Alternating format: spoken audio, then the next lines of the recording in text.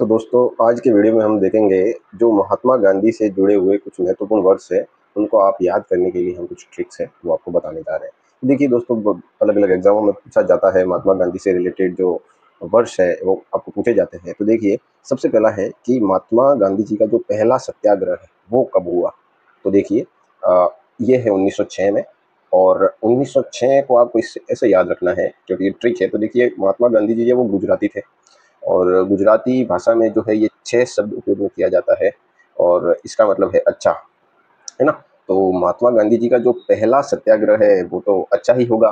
तो इससे आप याद रख सकते हो कि 1906 में पहला सत्याग्रह। अगला देखते हैं, महात्मा गांधी जी जो है वो भारत कब लौटे, है ना? तो आपको ऐसे याद रखना है कि महात्मा गांधी जी जो भारत लौटे तो वो पैदल लौटे। आपको ये सब याद रखना है, जब वो लौटे हैं तो पैदल लौटे हैं। और पैदल में जो शब्द आ रहा है वो आ रहा है 15 और पैदल 15। तो आपको ऐसे याद रखना है 1915 में भारत गांधी जी लौटे। अगला जो है, उनको केसर हिंद की उपाधि जो है वो ब्रिटिश सरकार ने दी थी। तो इसमें आपको याद रखना है कि केसर हिंद की जो उपाधि है वो जब वो भारत लौटे तो आते ही उनको अपने पाले में वो लेना चाह रहे थे। तो आते ही अपने पाले में यानी कि 15 में आए और 15 में ही उनको वो उपाधि मिल गई। तो ये आपको एक चीज़ इसमें ध्यान रखना है कि आते ही अपने पाले में लेने की कोशिश की। फिर अगला जो है, जो साबरमती आश्रम की उन्होंने स्थापना की, तो वो कब की? तो 1916 में। तो देखिए यहाँ पर 1916 में और साबरमती में, दोनों में जो है वो स शब्द आ रहा है, साबरमती। तो गांधी जी जब आए तो उन्होंने नदी के किनारे आश्रम बना लिया और आश्रम में उन्होंने स्थापना की। तो कब? 1916। और 16 में स आ रहा है, आपको साबरमती में भी सा मिल जाएगा। तो आपको इससे ये कनेक्ट करना है और याद रखना है। अगला जो है, वो पूछा जाता है कि चंपारण सत्याग्रह जो है वो कब हुआ। तो इसकी डेट है वैसे 1917 ईयर है। और यहाँ पर देखिए, सत्या जो शब्द है, सत्या और 17, सत्या और 17, तो यहाँ पर इनके बीच में कनेक्शन बैठ रहा है। और आपको याद रखना है सत्याग्रह, चंपारण सत्याग्रह कब हुआ? तो 1917। उसके बाद अगला है अहमदाबाद मिल मजदूर आंदोलन, है ना? तो अहमदाबाद मिल मजदूर आंदोलन जो है वो 1918 में हुआ।